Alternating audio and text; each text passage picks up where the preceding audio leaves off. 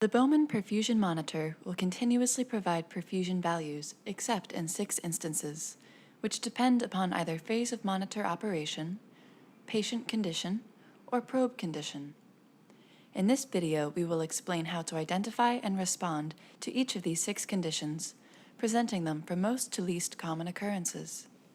The most frequent reason why the BPM is not displaying perfusion values is that the monitor is operating normally between perfusion measurement phases of the measurement cycle. That is, the monitor is either in the temperature stabilization phase or tissue calibration phase, or in the first 4 minutes of the perfusion measurement phase when the thermal field is developing before measurements are plotted. You will need to wait until the thermal field is fully developed 4 minutes after calibration is complete, before perfusion values are plotted again.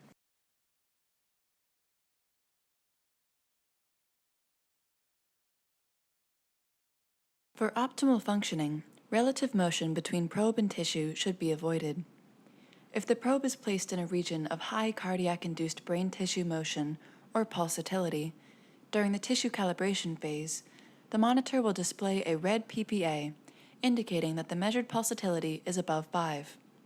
When this occurs, the monitor is instructed to not calculate perfusion, but to wait 2 minutes and calibrate the tissue properties again.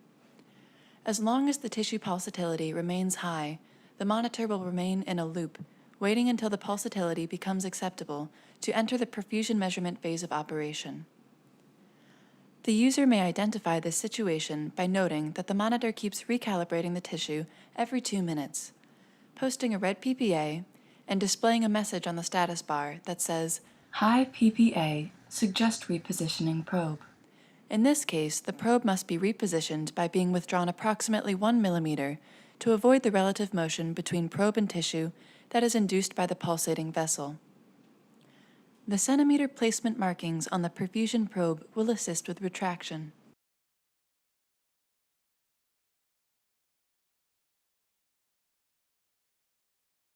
The BPM measures thermal conductivity and perfusion using thermal diffusion principles, which require the tip of the probe to be heated higher than the baseline temperature of the brain. Safety standards limit how warm tissue may be heated. Consequently, the monitor will not calculate perfusion values if the patient's febrile brain temperature exceeds 39.5 degrees Celsius.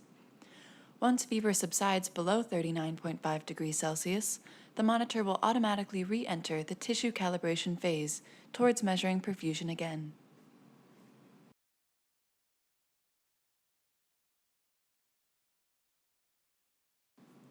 If brain tissue temperature changes more rapidly than the stability criteria permits, then the monitor automatically adds 30-second increments to the temperature stabilization phase.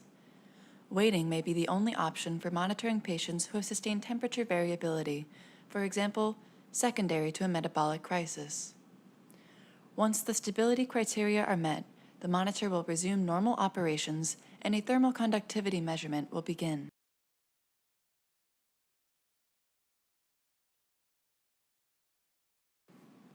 If the delta temperature during temperature stabilization is greater than 1 degree Celsius, the probe is placed too superficially and the monitor is instructed not to measure perfusion.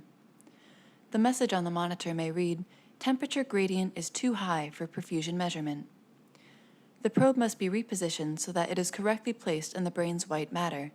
The placement markings on the probe will help with proper depth measurement.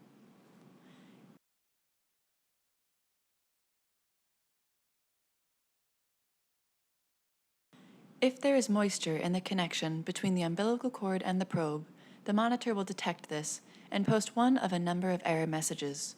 The user must disconnect the cord and either blow dry or air dry the probe before reconnecting.